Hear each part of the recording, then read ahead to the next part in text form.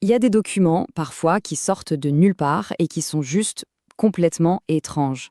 C'est le cas de celui qu'on va décortiquer aujourd'hui. Il s'agit d'une seule lettre, incomplète, datant de la guerre froide. Une lettre qui prétend venir d'un autre monde et qui, franchement, va laisser plus de questions que de réponses. Alors voilà le titre que le document se donne à lui-même, Preuve et contre-preuve, sombre situation sociopolitique de la Terre. Voilà. Dès le départ, le ton est donné, n'est-ce pas? On a un mélange de mystère, de paranoïa digne de la guerre froide, et puis des enjeux carrément planétaires. On sent tout de suite que ça ne va pas être une petite lecture ordinaire. Pour situer un peu le contexte, voilà les faits, juste les faits. On est au Zimbabwe, en 1984. En plein cœur de la guerre froide, les tensions sont à leur maximum. Et de là, une lettre est postée. Elle traverse le globe pour atterrir en Espagne, chez un certain Raphaël Farriols. L'enveloppe, le timbre, tout ça est déjà bizarre. Mais c'est le contenu, bien sûr, qui est absolument fascinant. Bon, alors, on y va. On entre dans le vif du sujet.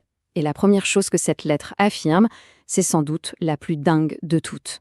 Ses auteurs, ils prétendent ne pas être d'ici. Ils disent faire partie d'une expédition extraterrestre. Rien que ça. Mais ce qui est vraiment surprenant, au premier abord, c'est le ton. On pourrait s'attendre à un message froid, un peu clinique, vous voyez le genre? Pas du tout. La lettre commence avec une chaleur, presque familière. Les auteurs saluent l'épouse du destinataire en l'appelant par son prénom, Carmela.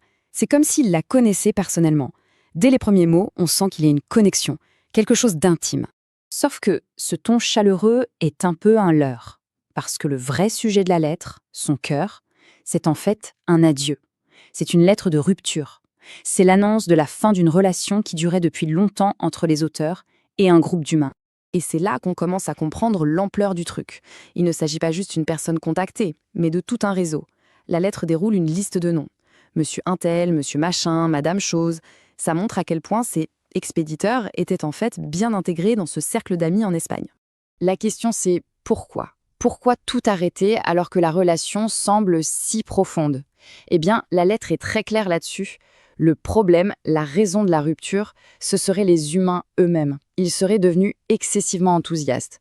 En gros, trop passionnés, trop impliqués. Et leur enthousiasme est devenu un problème. Et la conséquence, elle est écrite noir sur blanc. Parce que ces humains, poussés par leur enthousiasme, ont partagé les textes un peu trop largement, les auteurs annoncent qu'ils arrêtent tout.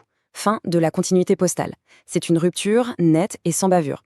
La raison invoquée, on pourrait dire une sorte de violation de la clause de confidentialité. Mais c'est là que l'histoire devient encore plus bizarre. Juste au moment où on pense que c'est la fin de la relation, la lettre prend un virage à 180 degrés. Les auteurs se mettent à parler d'une stratégie de désinformation, une stratégie qui remet absolument tout ce qu'on vient de lire en question. Et là, forcément, on se pose la question qui tue. Si ces êtres, quels qu'ils soient, ont passé des années à tisser des liens, à construire des relations, pourquoi est-ce qu'ils voudraient activement que les gens doutent d'eux? Ça n'a aucun sens, c'est complètement contre-intuitif. Et voilà la révélation choc. Le passage hallucinant. Ils l'admettent, sans détour. Ils ont créé de fausses preuves. Ils appellent ça des contre-preuves élaborées artificiellement. Dans quel but? Dans le but délibéré de semer le doute. C'est l'aveu en direct d'une campagne de désinformation contre eux-mêmes, pour rendre leur propre histoire moins crédible. C'est fou, non? Alors, pourquoi faire ça? Quelle est leur justification? C'est simple, nous protéger. C'est ce qu'ils disent. Une révélation totale de leur existence, de qui ils sont, provoquerait, selon eux, de sérieux dérangements dans notre société. Alors leur stratégie de semer la confusion, ce serait une sorte de mal nécessaire, pour notre bien. Et c'est à ce moment précis que la lettre change complètement de sujet. Fini les relations personnelles, les histoires de preuves et de contre-preuves.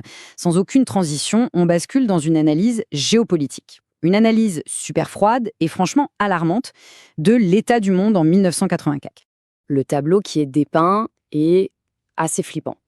Selon les auteurs, les États-Unis ont une avance technologique et logistique qui est juste écrasante.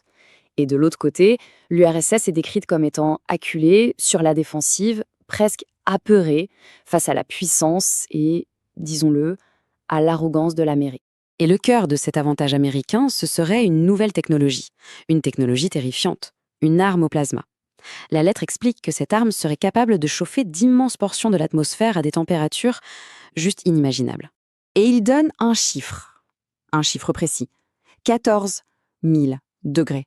C'est la température que cette arme pourrait atteindre. C'est un détail si précis, si fou, que ça rend la menace, d'un coup, très, très concrète. C'est une température qui dépasse tout ce qu'on peut imaginer. Et pour être sûr qu'on comprenne bien à quel point c'est grave, la lettre fait une comparaison qui fait froid dans le dos. Les conséquences écologiques de cette arme seraient encore plus graves que dans le cas d'une dévastation avec des armes thermonucléaires. On parle de quelque chose de pire que l'apocalypse nucléaire. Là, l'enjeu, ce n'est plus juste une guerre, c'est la survie de la planète. Et c'est sur cette note apocalyptique qu'on arrive à la partie la plus frustrante de tout le document, la plus mystérieuse, sa fin, ou plutôt le fait qu'il n'y en ait pas. Le texte décrit la volonté américaine de provoquer un conflit, et puis, plus rien. Ça s'arrête. Net. Tout ce qu'on a, c'est cette petite note, écrite à la main, enfoncée dans le texte. Il manque le reste de la feuille. Voilà. Le message le plus crucial est coupé en plein milieu. Une note de traduction le confirme. La suite a disparu. L'avertissement s'arrête là. La description de la stratégie américaine, les détails, tout ce qui était important, c'est perdu. On ne saura jamais ce qu'ils allaient dire. Et ça nous laisse avec la question finale, la question qui relie tout. Cet avertissement géopolitique absolument terrifiant, est-ce que c'était sincère, une dernière tentative de faire passer une info vitale, ou alors est-ce que ce n'était qu'une autre contre-preuve, encore plus élaborée que les autres, la plus grosse de toutes, conçue pour nous perdre complètement? À cette question, le document ne donne aucune réponse.